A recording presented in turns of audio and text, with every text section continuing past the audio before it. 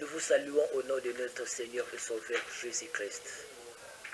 Nous voulons partager avec vous un thème important que nous avons intitulé « Ce que nous enseigne Matthieu 6, 6 sur la prière ».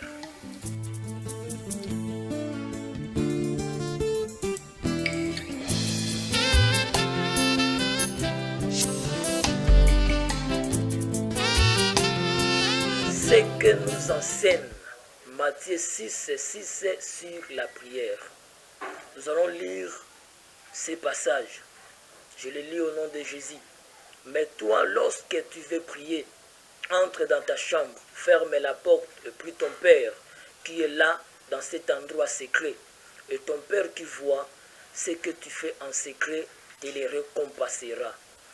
Kasi yo tango lingi kosambela, kota na kati ya ekuke na yo, kanga porte ya ekuke na yo, sambela tata na yo oyo azali wana na bisika ya kobombama, pe tata na yo oyo azali komona, pe azali kosala na bisika ya kobombama akofuta yo.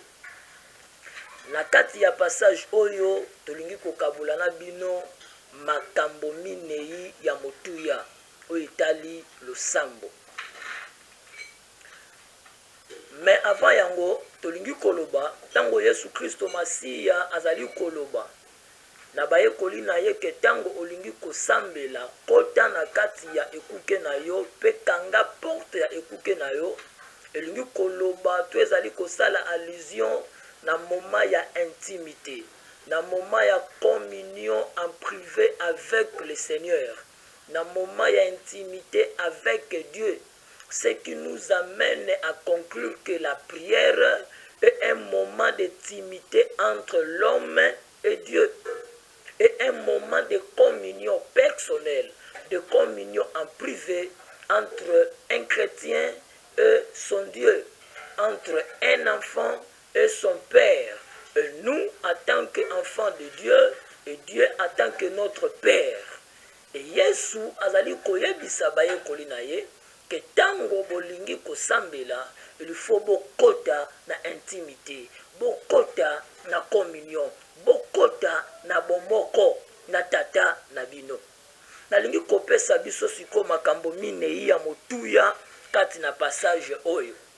Likambo ya liboso ezali que lorsque nous prions, nous devons savoir que nous adressons nos prières à Dieu comme notre Père.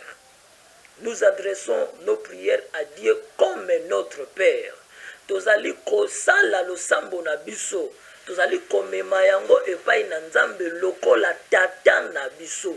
Mais j'aimerais souligner ici avant d'évoluer que Nzambe azali tata ya bato nyonso tute. Nzambe azali tata kaka ya bato oyo bakamataka décision kopesa bomoi na bango epai ya Yesu Kristo Masiya. C'est comme moi, je connais le Seigneur Jésus-Christ en 1998. C'était le 17 octobre 1998 à 17h30. C'était un lundi que j'avais pris la décision de remettre ma vie entre les mains de Jésus. Et depuis ces jours-là jusqu'à nos jours, je suis enfant de Dieu. Je suis enfant de Dieu. Moto akoki jamais kokoma mwana na Nzambe na lolenge na ye moko. Tozali kokoma bana na Nzambe tango tozali kopesa vi na biso epa Yesu Kristo Masiya. Et tango topesi vi na biso epa Yesu Kristo Masiya, et tango tozali kosambela Nzambe, tozali kosambela ye lokola tata na biso. E moto nyonso azali kosambela Nzambe, Nzambe oyo Yesu Kristo Masiya atalisi ye te, moto wana ayebaka azali kosambela Nzambe ya ekeko, azali kosambela Nzambe ya lokuta, parce que Nzambe ya solo oyo ya Biblia azali Nzambe oyo Yesu Kristo Masiya nde mutu aye kotalisa biso ye. Et ce qui totangi na Jean 1, 12 à 13. Jean 1, 12 à 13.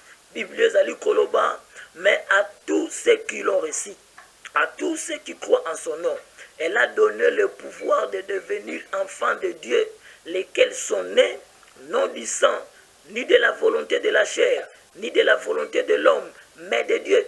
Na bato nyonso oyo bayambi ye, bato nyonso oyo bandimi na kombo na ye, apesi bango nguya ya kokoma bana na Nzambe, baye oyo babotami te na nzela na makila, na nzela na posa ya moto, na nzela na volonté ya moto, mais na volonté na Nzambe. Et na Jean 20:17, Yesu azali kolobe pa baye kolina ye akei epai ya tata, tata o azali tata na ye, pe tata o azali tata na biso, Nzambe o azali Nzambe na ye, pe Nzambe o azali Nzambe na biso. Vérité à mibale, tozwi yango kaka na même verset. Mais quand tu pries, entre dans ta chambre, ferme ta porte, et prie ton Père qui est là. Prie ton Père qui est là. Lorsque nous prions, nous devons savoir que Dieu est là. Tango tozali kosambela, esenge na biso koyeba ke Nzambe azali wana. Quel que soit bisika otokoki kozala, eza tozali kosambela na kati ya ndako, eza tozali kosambela na kati ya chambre, eza tozali kosambela na likolo ya ngomba, na kati na zamba, ebongi na biso toyeba ke Nzambe azali wana. Dieu est là. Dieu est là. Et cette vérité nous aide à améliorer même notre façon de prier. Parce que beaucoup de personnes, à cause de l'ignorance de cette vérité, se mettent à crier pendant qu'ils sont en train de prier. Comme on a motozali ko ganga makasi. De telle enseigne que même mes voisins bazali ko yoka le sambo yazali ko matisa epai na Nzambe. Et bajar ya le sambo oyo yango Yesu Kristo Masia azali ko taxer yango ba le sambo ya hypocrisie. Ba le sambo ya hypocrisie. Selon le sambo, tozali ko distinguer ba type ya hypocrite mibale. Ba hypocrite o bazali conscient tango bazali ko sambela, na ba hypocrite o bazali inconscient tango bazali ko sambela. Mais bango nyonso mibale bazali ba hypocrite. Yango wana eloko Bible ezali koyebisa biso na verset 5 ya Matthieu 6 oyo tozali koyekola. Nzambe azali wana. Nazana posa koganga te, parce que le fait que nazali koganga makasi, nazali kobimisa ba secret na ngai epai na bato. Ce qui nazali kosambela pona ndako na ngai, nazali kosambela pona libota na ngai, ba secret nyonso ya ndako na ngai, ba secret nyonso ya libota na ngai, ba voisin bakoyoka yango, pona nazali kosambela makasi. 2, nazali kobimisa même ba projet na ngai à venir. On nazali kokana kosala mikolo ezali koya après 1 mois, après 2 mois, après 1 année, après 5 ans. Ba secret nyonso, ba projet nyonso ya venir ezali kobima epai na bato. Ça ne sert à rien ya koganga makasi tango tozali kosambela. Mais quelqu'un peut me poser la question, mais pasteur, pourquoi lorsque nous prions à l'église, biso nyonso tout ogangaka? La réponse est simple. Na église to gangaka te. To encourageaka bato komatisa voix moi mukie pour que tango tozali kosambela biso nyonso ensemble nazala distraité na losambo ya moninga. Fona matisa voix mukie pour permettre ngai moko koyoka pe losambo na nga ndenge nazali kosambela pour losambo ya moninga et déranger losambo na ngai te. Ndeko na ngai yeba ke tango zali kosambela, quel que soit l'endroit où tu peux te retrouver, Dieu est là. Dieu est là. Dieu n'est pas loin. Dieu n'est pas loin. Dieu est là. D'ailleurs, la Bible dit que nous sommes des habitations de Dieu. Un chrétien authentique est une maison de Dieu. Et une maison de Dieu. Et une habitation de Dieu. Zambazali kovanda katinaye. Par conséquent, quand je prie, je n'ai pas besoin de crier. Parce que Dieu n'est pas lointain. Dieu est là avec moi. La troisième vérité, Kakana verset 6, et ton Père qui voit, ton Père qui voit, ton Père qui voit, tata na yo azali komona, tango tozali kosambela, tobosa na jamais, que Nzamba azali komona. Nzamba zawana te lokola aveugle, non. Il n'est pas là comme un aveugle qui ne voit pas. Non, il est là comme quelqu'un qui voit. Il est là comme une personne qui voit. Il voit tout. Il voit nos mouvements.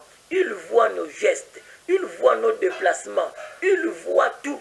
Nyonso tozali kosala lokola mouvement, lokola geste, lokola déplacement pendant que tozali kosambela nzamba azali komona même eloko o tozali kosenga ye oyo yo na ngai tango tozali kosambela tozali komona te o totie kondima tokokamata nzamba azali komona yango déjà et d'ailleurs azali komona même lolenge nini soki apesi biso eloko yango ndenge nini tokosalela yango. La manière dont nous allons l'utiliser, la manière dont nous allons l'employer, Dieu le voit déjà. Nzamba zomona. Nzamba zomona. Azomona difficulté aux aliko traverser na yango. Azomona ba moment no ya joie, ba moment no ya peine. Azomona nyoso tout. Et quand tu pries, Dieu est là. Même pendant cette période où tout le monde est en train de prier, où tout le monde est en train d'invoquer Dieu pour qu'il agisse. Likolo ya pandémie oyo ezali ko secouer monde mobimba oyo secouer même mboka na biso ya Kinshasa. Dieu voit, il écoute et il intervient de sa manière.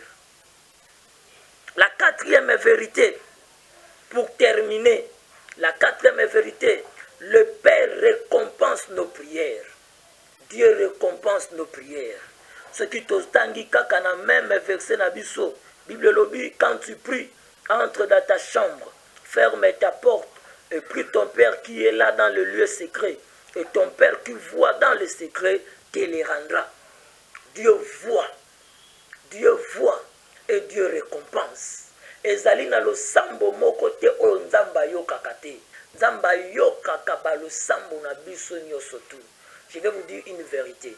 Ezana batu oyo soka pesi sujet de prière. Okomona bato mosusu bazali ko minimiser sujet de prière wana. Bato bazali komona sujet de prière wana ezana tina te. Mais epai na nzambe sujet de prière nyonso tu ezana tina. Et ye moko selon agenda na ye ya ba réponse ayebi quand est-ce que a répondaka na ba lo sambo na biso. Dieu récompense nos prières.